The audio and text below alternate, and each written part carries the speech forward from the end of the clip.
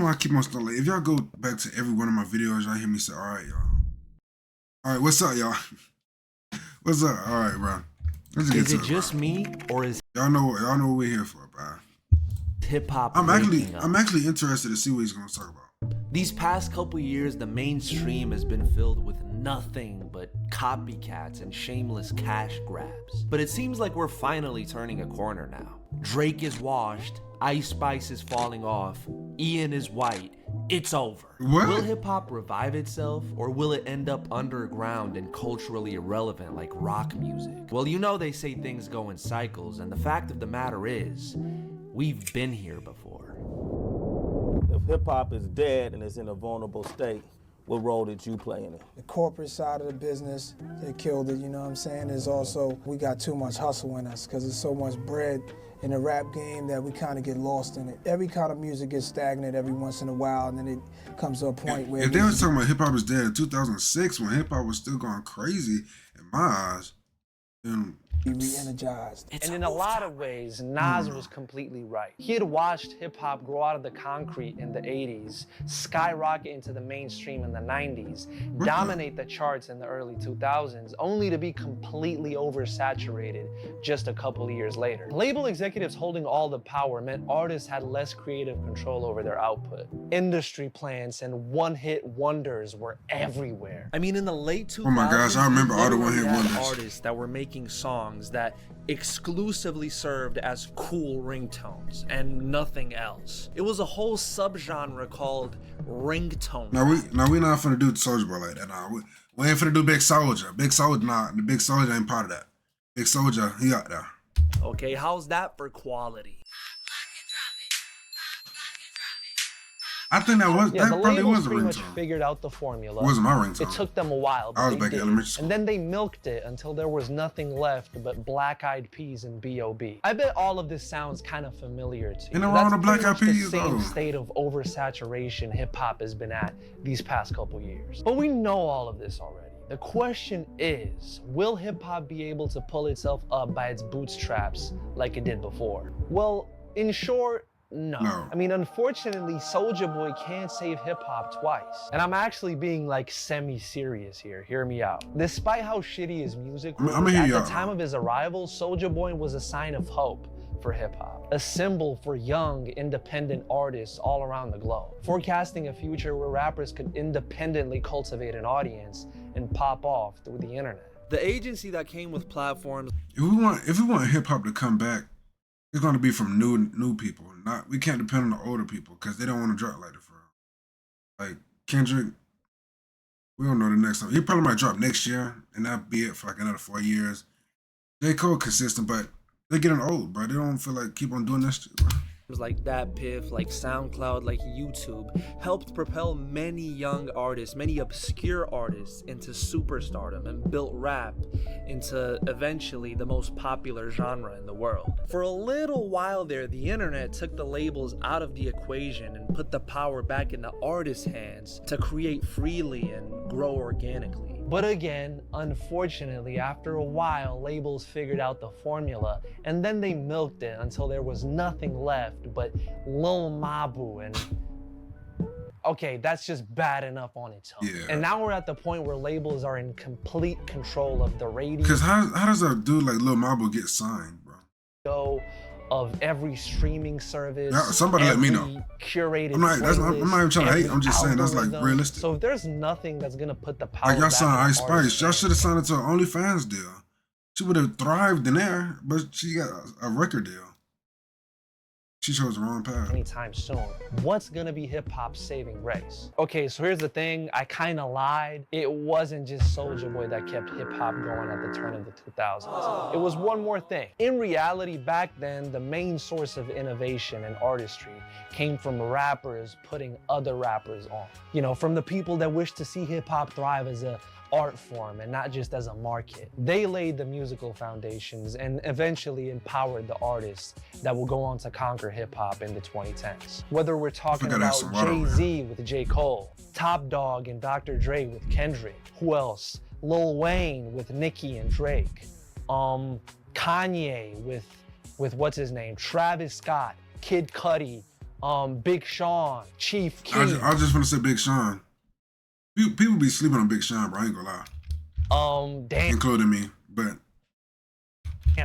Pusha T, damn. Kanye did a lot, huh? The point I want to make is that the responsibility should be on the big artists. I mean, it shouldn't be on the big artists, but it is on the big artists to establish a foundation for the real talent to flourish. Because the A&Rs and label executives are not going to do it themselves, okay? I think that's pretty evident at this point. The people who are personally invested in hip hop are going to have to carry its legacy. That's the reality of the situation. Which brings us back to today, where one artist has taken it upon himself to single-handedly push this rejuvenation who we talking about? into full force. Can you guess who it is? No, I It's can't. post-May 2024, and it's a YouTube video about rap music. Yeah, I'm talking about Kendrick Lamar, and also Drake, because why not? Bro, this whole like rap beef is... But these are like older people. We need a new generation of a new big three or something like that. Just that could come and take over. And I ain't seen it yet. Hopefully it comes soon or something like that. But it's the people that had potential are the ones that are dead now. Like Juice WRLD, X. Those would have been our top three people. And probably I don't know. Pop Smoke was already becoming a GOAT in his own form in New York. But it's like, golly, bro. They're just dying, bro. RP Pop Smoke, RP X, RP Juice WRLD. such a cash cow. Do you know how many bands were made off this beef? I was like chilling, but other people were making bank off this beef. That's crazy. I was actually about to waste this whole part of the vid talking about what's the dirt, but I actually thought about it. And yeah, let me not do that. Instead, I want to talk about that Watch the Party Die single Kendrick dropped on his IG, because everyone seemed to kind of brush over it. Bro, why did nobody catch that he was talking about Diddy in that song? I think it's pretty obvious, like even by the refrain, Watch the Party Die, like that's a very interesting choice of words. I don't think he was talking about Diddy. Who's the one celebrity you know to be synonymous with parties? He's the party guy.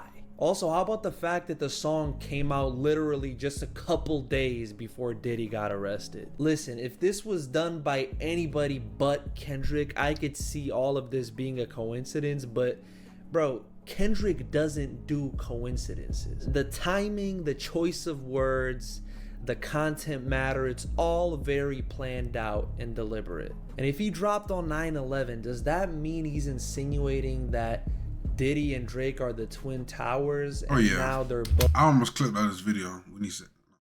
both knocked down? Yeah, I don't know. I'll leave the egregious reaching to... Like, you had me for the first 6 minutes, and you just... What's the dirt? He is the best, after all. I think people often get bogged down with the personal disses between Kendrick and Drake, but I still don't think this beef was really personal at all. At the end of the day, it was about Kendrick proving... It was pretty personal. Drake was talking about his family, his wife having sex with his bodyguard, his best friend or something, and Drake being a PDF person. And Drake defending himself. Why do you think he set the beef up by saying money, power, respect, the last one is better? Say it's a lot of goofies with a check. What Kendrick set out to prove, at least going off this verse, is that respect and substance beat numbers every single time. And because that's like the objective truth, the man succeeded with flying colors. Yeah, I think it's safe to say that message resonated with the audience, and a huge one at that. I mean, everyone was watching this beef go down. We've already seen it have its effect, not only on Drake's career, which has been nosediving ever since The Heart Part 6, but also other artists' careers, which are cut from a similar... Drake, his career's not nosediving though. What are we talking about? Uninspired, opportunistic cloth. Like, for example, Ice Spice, whose album just flopped diabolically, might I add. We expected and I see people wondering, like, why this... Nobody expected Ice Spice to sell over what, 30K? What she sold? 12, 20? Is it because she lost the weight and her ass is just not as fat anymore? Is it because people think she's mean?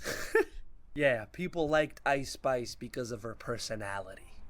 That's Remember why that game. she was famous. So you want to know why Ice Spice is falling off? Okay.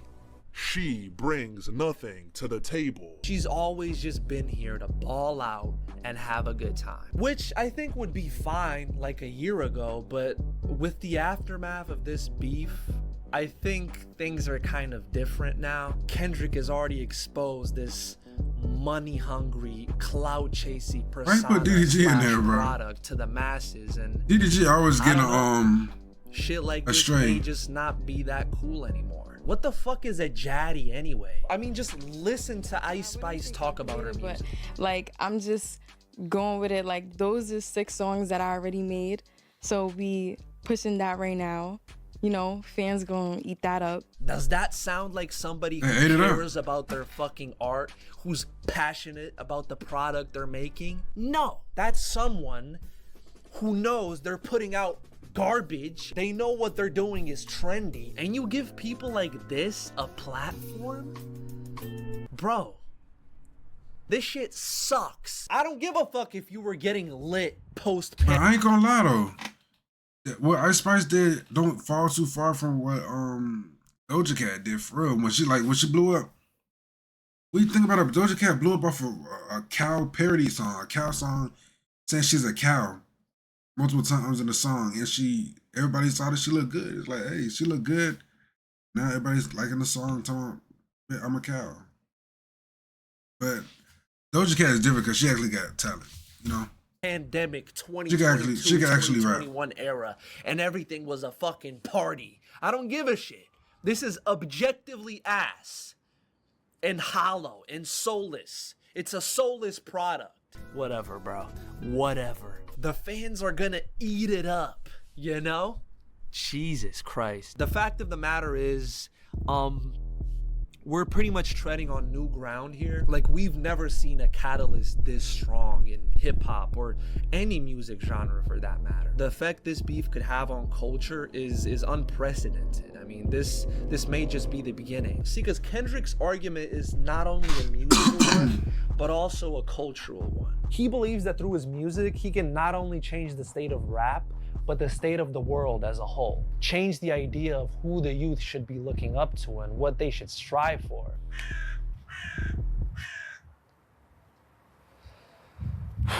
Because look at Drake. The man has all the money in the world, all the numbers, and he's still fundamentally insecure. He's still unhappy with no real friends around him. He still can't help himself from incessantly lying and being an irresponsible adult at 37 years old. Just look at all the people defending Drake. They're all mirror images of him. Like, bro, you go on Twitter and you What?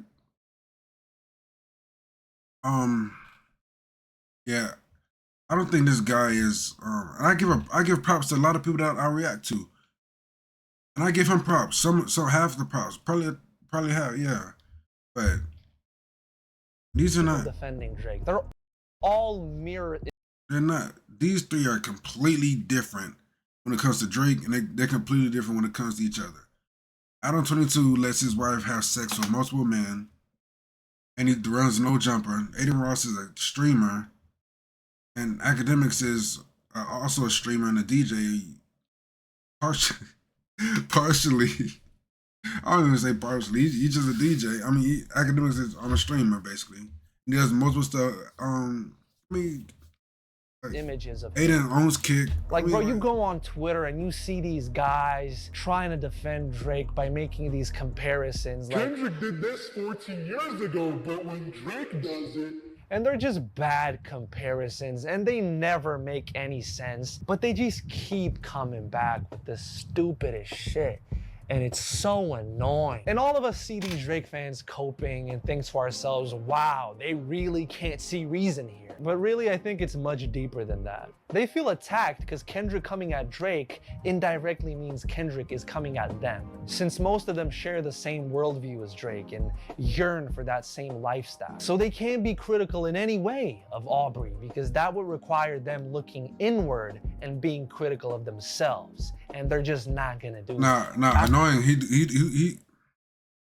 He do be bouncing on that shit. I ain't gonna lie. After all, it's much easier to believe a lie than to face the truth. So what should our expectations be for the future? The kind of renaissance I actually could see happening is not anything drastic.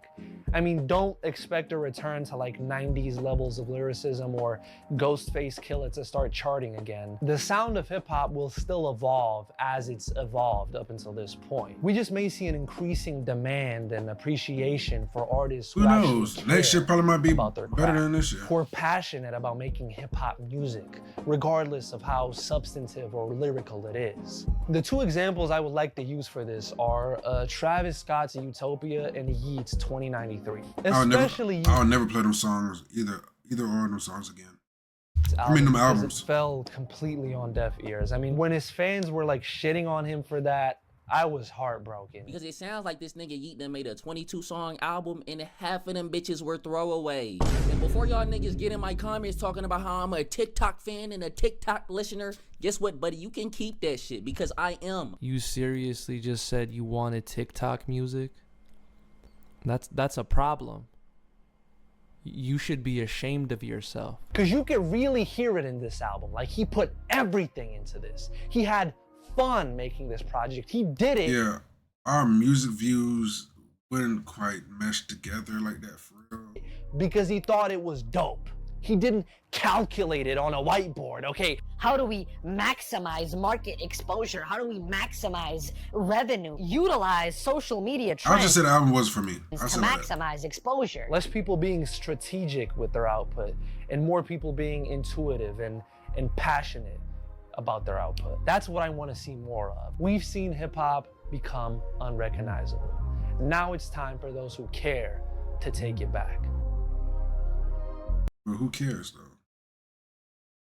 But to take it back, who's gonna? You know? But yeah, he kind of threw me off a little bit, and I don't know, bro. I don't know. But I'm gonna get out this and go to the next video, bro. We are on a roll. 10 days in a row of uploading. I'm finna make it, like when I hit 12, I'm finna upload some more songs. I'm finna be up till like 3 o'clock, bro. Uploading music, bro. Uploading reactions and stuff like that. Like the grind don't stop, bro. If you appreciate the grind, I think you should hit the subscribe button, you know, like just upload every day. You get unlimited content every day for October. Every day. What's so bad about that? And I'm not lame. I'm not corny. You know, I'm gonna keep it real with y'all. You know, so why not hit that subscribe button? But we out. We're gonna go to the next video. With it.